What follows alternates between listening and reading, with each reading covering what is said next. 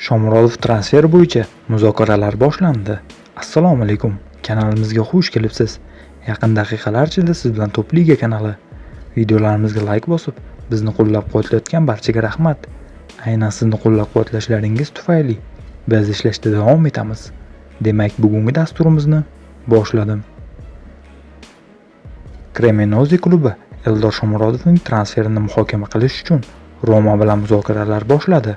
Bu haqda Rete Sport'ga tayangan holda Roma press nashri xabar berdi. Manba ma'lumotlariga ko'ra, hujumchi Dobikning o'rinbosari sifatida yaxshi mavsumni o'tkazgandan so'ng Rim klubini tark etishga tayyorlanmoqda.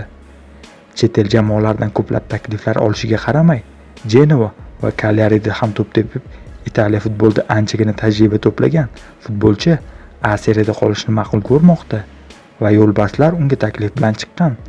Yaqinda oliy divizionga ko'tarilgan Cremonese tajribali hujumchilarni izlamoqda va Shomurodov jismoniy tayyorgarligi, ko'p qirrali o'yinchiligi va Italiya chempionatini yaxshi bilishi bilan ideal nomzod hisoblanadi.